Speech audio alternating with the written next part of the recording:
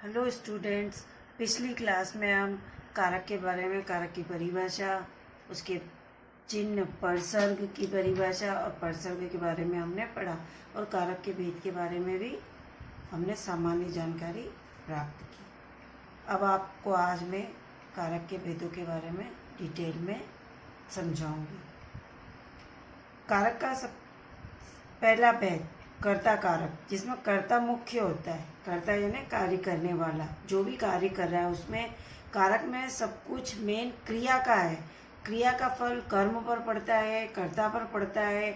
उस प्रकार से तो कर्ता कारक में क्रिया का प्रभाव सीधा कर्ता पर पड़ता है। यहाँ पर कर्ता मुख्य होता है। जैसे संज्ञा या सर्वनाम के जिस रूप से क्रिया करने वाले का पता चलता है, क्रिया करने वाला कौन? कर्ता, उसे कर्ता कारक कहते हैं। इसमें क्रिया का प्रभाव सीधा कर्ता पर, जैसे सुमित को एक कलम चाहिए, इसमें सीधा प्रभाव कलम पर नहीं सुमित पर पड़ रहा है।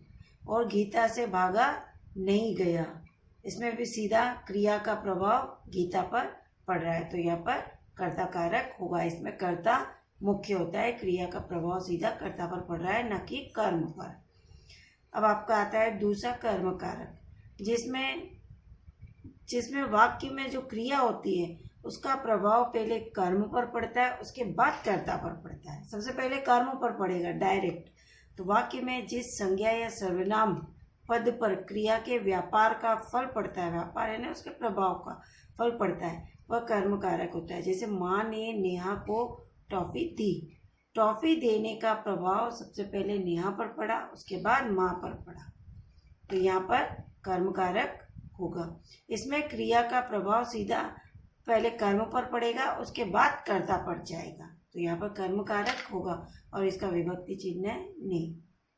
उसके बाद आता है आपका तीसरा नंबर करण कारक। करण कारक यानी साधन, मतलब जो भी कर्ता होता है वो जो भी क्रिया करता है वो जिस साधन से करता है वहाँ पर करण कारक होता है। मतलब वो कुछ भी कार्य करने के लिए किन चीज़ों का प्रयोग करता है वह करण कारक होता है। जैसे क्रिया को करने में कर्ता जिस साधन की सहायता लेता है वह करण कारक होता है।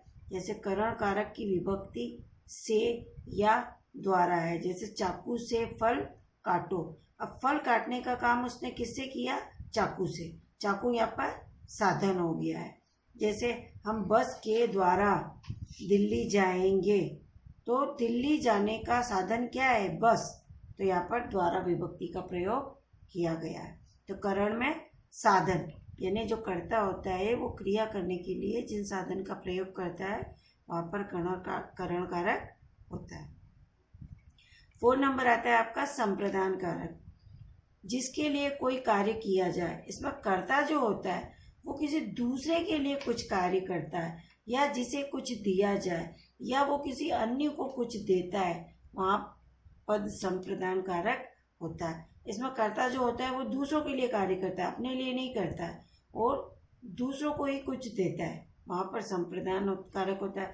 जैसे नाना जी ने सुभाष के लिए कमीज लाए, इसमें कर्ता तो नाना जी है, लेकिन वो कमीज लाने का काम उन्होंने किसके लिए किया? सुभाष के लिए, यानी अन्य के लिए। और ललित ने हेमंत को कॉपियाँ दी, ललित ने दूसरों को कुछ दिया है। जैसे किसको दिया? हेमंत को। उसने दूसरों के लिए कुछ किया तो उसने हेमंत को कॉपियाँ दी। यहाँ पर संप्रदान कारक होता है। इसमें हम दूसरों के लिए कुछ करते हैं या दूसरों को कुछ देते हैं, वहाँ पर संप्रदान कारक होता है। हम संप्रदान और कर्म कारक पढ़ चुके हैं, तो साथ ही इसमें कर्म कारक और संप्रदान कारक में अंतर देख लो, क्योंकि इनकी दोनों की विभक्ति को है। इसलिए कर्म कारक में क्रिया का फल कर्म पर पड़ता है और कर्म के साथ को आता है। कर्म कारक में क्रिया का फल सीधा कर्म पर पड़ता है और कर्म जो उसमें काम होता है उस काम के साथ ही को लगता है। और संप्रदान कारक में कर्ता जिसे कुछ देता है उस शब्द के साथ को आता है। मतलब जिसे कुछ देता है, वो कुछ भी दे रहा है, खाने की चीज़ दे रहा है, पढ़ने की चीज़ दे रहा है, पहनने की चीज़ दे रहा है, तो उस चीज़ के साथ को आएगा। और कर्म में कर्म के साथ, यानी जो काम वो कर रहा है उसके साथ को आता है, और इसमें जो वो किसी और को कुछ देता है तो उसके साथ को आता है। ये इन दोनों में मुख्य अंतर है। उसके बाद आता है आपका 5 नंबर अपादान कारक। जिस पद से अलग होने का भाव प्रकट हो, अलगाव होता है जहाँ पर, वह पद अपादान कारक होता है। जैसे बालक छत से गिर गया। जब बालक छत से गिर गया तो बालक अलग हो जाता है, छत अलग हो जाती है, दोनों में अलगाव हो जाता है, वह गिर के अलग हो जाता है। जैसे बिल्ली कुत्ते से डरती है, तो बिल्ली जब कुत्ते से डरती है तो वो भाग जाती है, दूर हो जाती है उससे। तो यहाँ पर अलगाव के भाव प्रकट होते हैं, वहाँ पर अपादान कारक होता है और इसकी विभक्ति से होती है। साथ ही करण कारक, करण और अपादान कारक में भी अंतर को देख लीजिए, क्योंकि इन दोनों की विभक्ति भी से है। करण कारक वह साधन होता है जिसके द्वारा कर्ता कार्य करता है। कर्ता जिस साधन से कार्य करता है वहाँ पर करण कारक होता है, और इसमें अलग होने के भाव प्रकट होते हैं या तुलना होने के भाव प्रकट होते हैं या भय होने का पता चलता है, तो वहाँ पर से विभक्ति का प्रयोग होता है। जैसे कुत्ता बिल्ली से डर गया तो यहाँ पर से लगा, अलग हो गया।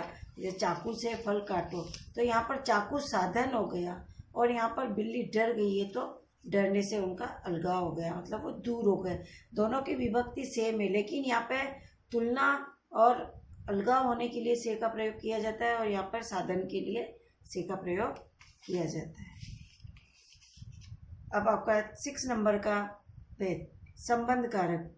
किसी वाक्य में आए संज्ञा या सर्वनाम शब्द का संबंध दूसरे संज्ञा या सर्वनाम शब्द से प्रकट करने वाले पद संबंध कारक कहलाते। एक ही वाक्य में संज्ञा या सर्वनाम शब्द का संबंध उसी वाक्य में और भी जो दूसरे संज्ञा सर्वनाम होते उन शब्दों के साथ संबंध स्थापित करने वाले जो शब्द होते उसे संबंध कारक कहते हैं। जैसे मधु का भाई आ गया, इसमें मधु भी संज्ञा है और भाई भी संज्ञा है। अब मधु और भाई दोनों का आपस में संबंध स्थापित करने के लिए का विभक्ति का प्रयोग किया गया। अगर ये का नहीं लगाएंगे तो मधु भाई आ गया, फिर वो एक ही हो जाएगा, इसलिए संबंध कारक यानी का के की रा रे री का प्रयोग किया जाता है। अधिकरण कारक, जिस पद से क्रिया के आधार यानी सहारा का बोध होता है वह पद अधिकरण कारक होता है। जैसे पुस्तक मेज पर है, मतलब मेज के सहारे वो पुस्तक रखी हुई है, मतलब मेज हटा लो तो पुस्तक गिर जाएगी, तो पुस्तक मेज पर है मतलब आधार है वो मेज, पुस्तक को संभाल कर रखने का या पुस्तक को पकड़ कर रखने का। संबोधन कारक, शब्द के जिस रूप से किसी को पुकारा जाए वहाँ संबोधन कारक होता है। जैसे बच्चों बाहर जाकर खेलो, या हे भगवान अब क्या होगा, इसमें पुकारने का या किसी को बुलाने का या किसी को संबोधित करने के जो भाव प्रकट होते हैं वहाँ पर संबोधन कारक होता है। कारक के 8 भेदों की डेफिनेशन विस्तार से उदाहरण सहित लिखने के बाद आपको परसर्गों के प्रयोग संबंधी कुछ नियम है, परसर्गों को प्रयोग करने के भी कुछ नियम है, उन नियमों को आपको विस्तार से पढ़ना है और इसे अपनी फेयर कॉपी में नोट करना है। ये कुछ नोट्स भेज रही हूँ, इसमें तुम इसे अच्छे से देखना, पढ़ना, समझना और इनको अपनी फेयर कॉपी में लिखना। एक्सरसाइज नंबर 3, रेखांकित शब्दों के कारक बताइए। इसमें 1 2 3 4 5 सेंटेंस है। इसमें आपको कौन सी विभक्ति है और उसके क्या लक्षण है, ये दोनों चीज़ बताकर अपनी फेयर कॉपी में ये एक्सरसाइज करनी है। और साथ ही मैं ये नोट्स की फ़ोटोकॉपी भी भेज रही हूँ। इनको सारों को डिटेल से पढ़कर मुख्य पॉइंट को अपनी फेयर कॉपी में नोट करना है। Thank you.